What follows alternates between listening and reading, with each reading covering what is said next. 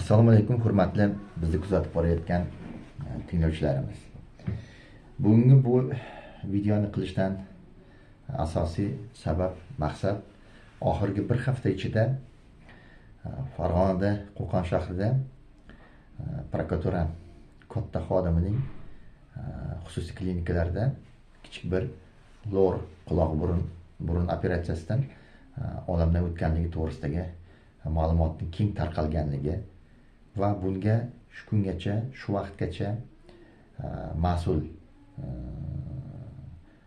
odamlarning, mas'ul rahbarlarning demak tushunarli izohi yo'qligidan, tushunarli tibbiy izoh berilmayotganligi sababli bu videoni qilishga men qaror qildim. Demak,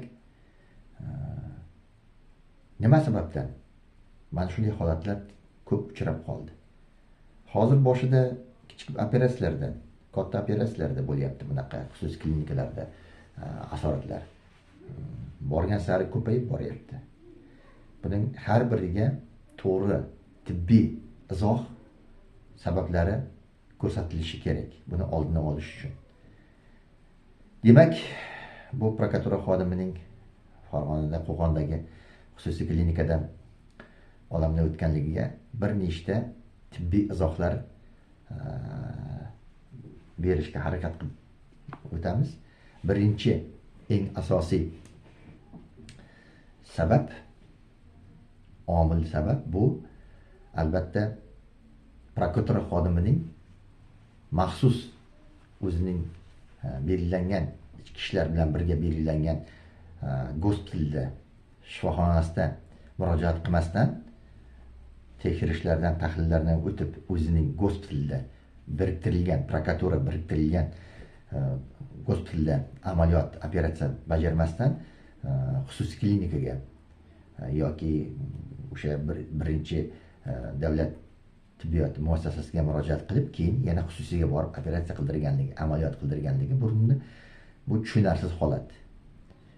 Prokuratura xodimlarining va ichki ishlar xodimlarining, kuch organlarining xodimlarining ish faoliyatidan kelib chiqqan holda bularning tibbiy muolajalar, davolanishlari maxsus gospitallarga biriktirilgan.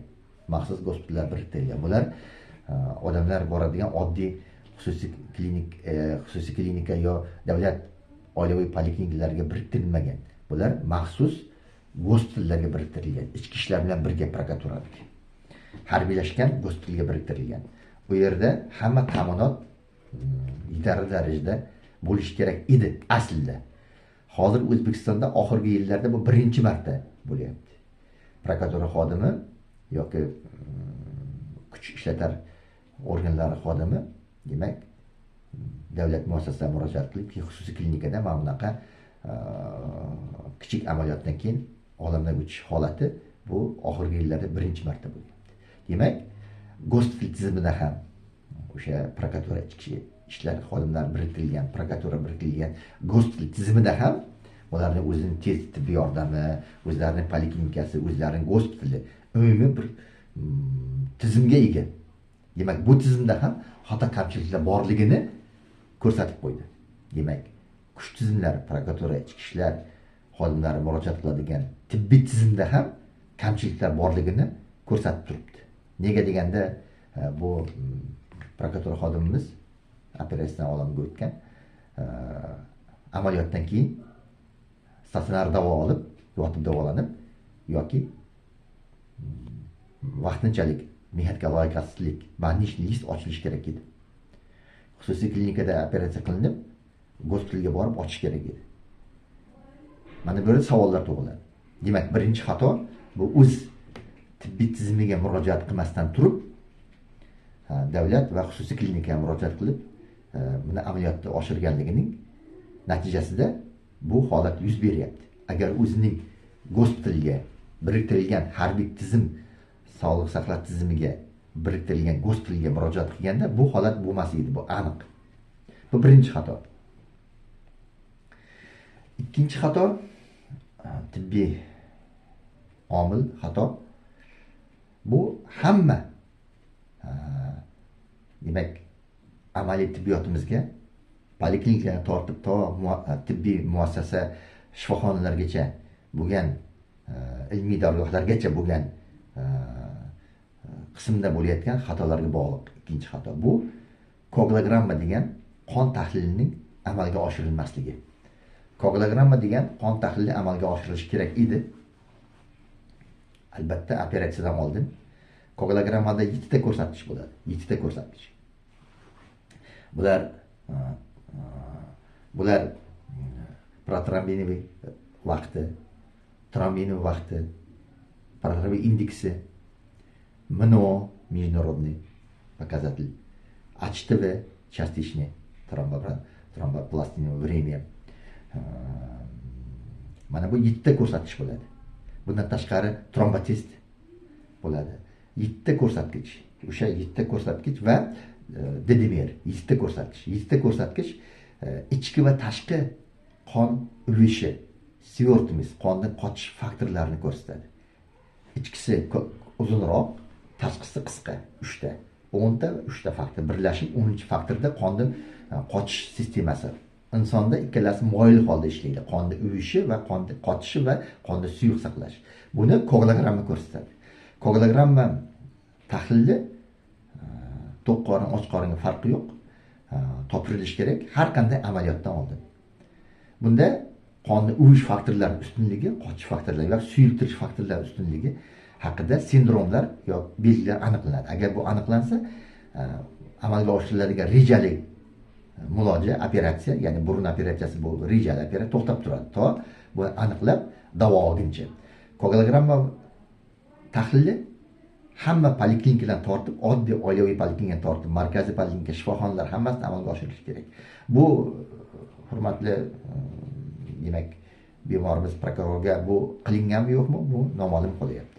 Buni hali tekshirish davomida aniq bo'ladi.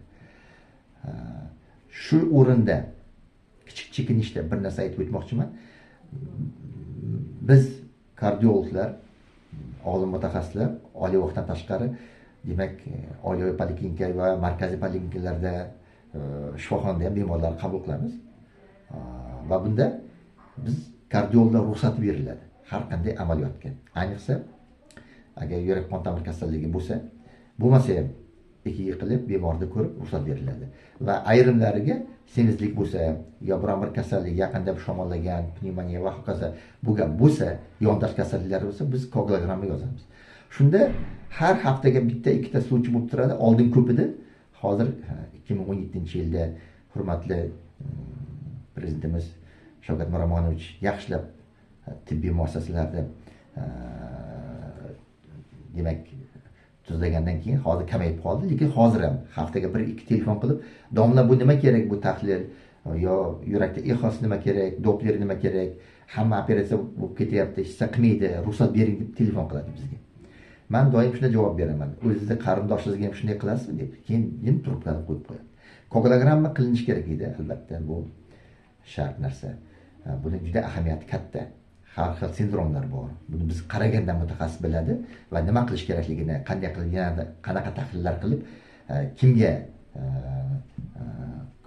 gematologmi yoki shifokorlik o'zi davolaydimi yo qanaqa amaliyotdan davodan keyin qayta topirish kerak. 1 hafta, 2 haftadan keyin ruxsat beriladi. Koagulogramma qilinganmi yo'qmi bu bitta masala. Keyingi masala yana shu yerda ommaviy axborot vositalarida yoritilayotganda bir narsa ko'p chalindi men qulog'imga. Demak, antibiotika amaliyotdan keyin qilamiz degan. Antibiotika proba teri orasiga sinama qo'yilganmi yo'qmi, buni yaxshilab tekshirish kerak. Oxirgi vaqtlarda sinama qo'yilib yarim soat 40 minut kuzatmasdan turib inyeksiya qilinyapti. Natijada reaksiyalar paydo bo'lyapti. Bir qancha poliklinikalar yaqin hafta ichida shunaqa suvchi 2-3 ta bo'ldi. Baxtli ekan bu odamlar hayotda qoldi, anafilaktik shok rivojlanmadi. Demak, agar antibiotika shunaqa holat yuz bergan bo'lsa, buni ham tekshirib ko'rish kerak. Sinama ko'rilganmi yo'qmi? Endi 3-chi omillardan biri, sabablardan biri bu albatta xususiy klinikaning o'sha bemor operatsiya bo'lgan, amaliyot bo'lgan, burun operatsiyasi bo'lgan xususiy klinikada shokka qarshi hamma to'plam bormikan yo'qmi? Agar hamma to'plam bo'lsa, bemorga defibrillator ishlatilganmi? Qancha vaqt davom etilgan? Demak, yurak qon tomirlarini tiklash reanimatsiyasi buni ko'rish kerak. Agar to'plami bo'lsa, o'sha 44 tali to'plam defibrillator ishlatilgan bo'lsa, buni ko'rish kerak, ishlatilganmi yo'qmi? Agar bu xususiy klinikada bular shokka qarshi to'plam bo'lib ishlatilgan bo'lsa, bir narsa. Agar ishlatilmagan bo'lsa, ikkinchi narsa. Endi eng oxirgi demak omil, 5-omil bo'ladi bu. Sabab bu albatta umumiy sovuqqonlik. Umumiy sovuqqonlik bor bu. E'tiborsizlik. Sovuqqon, e'tiborsizlik. Axir har qanday kichik operatsiya ham bu operatsiya, amaliyot. Bu odam organizmiga ma'lum travmatik demak qilinadigan amaliyot. Bunga organizm qanday javob beradi? Shuning uchun bemor bunga to'g'ri javoban yondashib, javobgarlik bilan yondashib, to'liq hamma tahlil tekshirishlardan o'tish kerak edi. EKGdan o'tish kerak edi, kardiolog ko'rigidan o'tish kerak edi. Mana bulardan o'tganmi yo'qmi? Bu savol. Va bemor nima uchun sovuqqonlikka sabab omillar davlat klinikasiga murojaat qilib, o'sha yerda operatsiya bo'lmasdan xususiyga borib operatsiya qilyapti. Mana bunday sovuqqonlik. Bemorga karta ochilish kerak edi, karta, ambulator karta murojaat qilgandan keyin. Unda hamma ko'riklar ko'rilib, qanday tahlillardan o'tish kerakligi operatsiya oldidan ro'yxati yoziladi va o'tganligi javoblari va operatsiyaga ruxsat, reanimatologga operatsiya oldidan reanimatsion risk ko'rsatilgan ko'rigi bo'lish kerak edi. Kichik operatsiya va katta operatsiya farqi yo'q. Agarda haqiqatan to'g'ri davlat talab standartlari darajasida yondashilgan bo'lsa, javobgarlik bilan yondashilgan bo'lsa, umumiy sovuqqonlik bu oxirgi 5-sabab omil. Har bir bemor, men doim aytaman, qanaqa operatsiya qilinishidan qat'iy nazar ambulator karta ochilib, to'liq tahlil tekshirishlardan o'tib, kardiolog ruxsati, umumiy amaliyot vrachı terapiya ruxsati va reanimatolog ko'rigi bo'lishi kerak operatsiyadan oldin. Reanimatolog reanimatsion risk qo'yib, nimalar qilish, premedikatsiya, operatsiyaga tayyorgarlik qilinadigan hammasi ko'rsatilishi kerak, bosqichma-bosqich. Mana bular sovuqqonlik. Eng asosiy 5-omil bu umumiy sovuqqonlik. Bemor tarafdan ham va shifokorlar tarafdan ham. Bu narsa ko'payib ketdi oxirgi vaqtlar. Bu hali ko'ringanlar, ochilganlari, ma'lum bo'lganlari, ma'lum bo'lmaganlari qancha? Aytayman, har hafta bitta-ikkita savol bilan. Albatta hozir 17-yildan keyin hurmatli prezidentimiz yaxshilab tibbiyotga baho berib, uni tanqid qilgandan keyin hozir kamayib qoldi. 50% ancha tibbiy muassasalar, shifokorlar demak holati joyiga keldi. Lekin baribir hali shunday javobgarlik his qilmaslik kuchli. O'tib ketadi shunday deb o'ylaydi. Afsuski statistika bunday emas. Men xalqqa, aholimizga tushunarli qilib aytmoqchiman. Har 100-chi oddiy inyeksiya, qon tomiriga qilingan inyeksiyalarga piragen reaksiya bo'ladi. Har 5-chi piragen reaksiya anafilaktik shokka o'tadi. Mana bu statistika. Har 100-chi. Demak, 100 ta bitta ikkitasi piragen reaksiya beradi. Piragen reaksiyaning yengili bor, o'rta og'ir. Og'iri anafilaktik shokka o'tadi. Shuning uchun shokka qarshi demak to'plam bo'lishi kerak. Muhrlangan, daftarda ro'yxati qilingan, saqlanish kerak. Har 3 oyda qayta tekshirish kerak suroqlari, dorilarning. 22 ta edi, hozir 44 ta narsa bo'lishi kerak. Defibrillatorgacha. Dori-darmon ishlatiladigan muolaja xonalarida, amaliyot xonalarida bo'lishi kerak. Shunda biz insonlar hayotini saqlab qolishimiz mumkin. Umuman har bir muolajaga juda ham javobgarlik bilan yondashish kerak. O'sha javobgarlik yo'qligi hamma xatoga olib keladi. Men qayta bu narsani aytaman. Ko'p marta bo'ladi. Shuning uchun mana kunduzgi statsionarlar, poliklinik, oilaviy poliklinikada kunduzgi statsionarlar qanchadan qancha piragen reaksiya bo'lyapti. Ha, tezsiz bitiradi. Lekin shokka qarshi to'plami yo'q. Men doim aytaman. Bu og'ir oqibatga olib keladi. shu qaror to'plamga javobgar shu muassasani rahbari, shu muassasa rahbari o'zi mutaxassis bo'lishi kerak. Shunda tushunadi bu narsa nimaligini. Piragen reaksiya har 100-chi, har 100 ta bitta ikkita piragen reaksiya, har 5-chi piragen reaksiya og'ir kechadi. Anafakt shok o'tishi mumkin. Shuning uchun bunday ehtiyot bo'lish kerak va javobgarlik bilan yondashish kerak. Afsuski bu javobgarlikni oshirishni yo'lini ko'rish kerak, kuchaytirish kerak. Javobgarlik kuchaytirish kerak. Bu albatta demak o'sha tibbiy muassasalar va vazirlikning ishi. Mana shunday gap.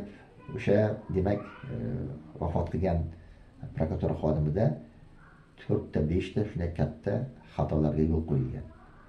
Bu xatolar nafaqat fuqarolarning tibbiy tizimi, boshlang'ich bo'g'im, shifoxonalar, tibbiy amaliy tibbiyotimizning xatosi, balki maxsus harbiy gospitallarda ham tibbiy tizim tizimida xatolar borligini ko'rsatib qo'ydi. Men o'ylayman, hali sud bunga baho beradi. Hali buni eshitamiz va izoh berilishi kerak. Sog'liqni saqlash vazirligi ham va harbiy gospital bunga kishiga javobgar bo'lgan, bog'langan, berkitilgan harbiy gospital ham bunga javob berishi kerak. Albatta savollarni kutib qolaman. Yana bir bor e'tiborlaringiz uchun rahmat. Oldindan savollar uchun ham rahmat. Javob berishga doim tayyormiz. Rahmat.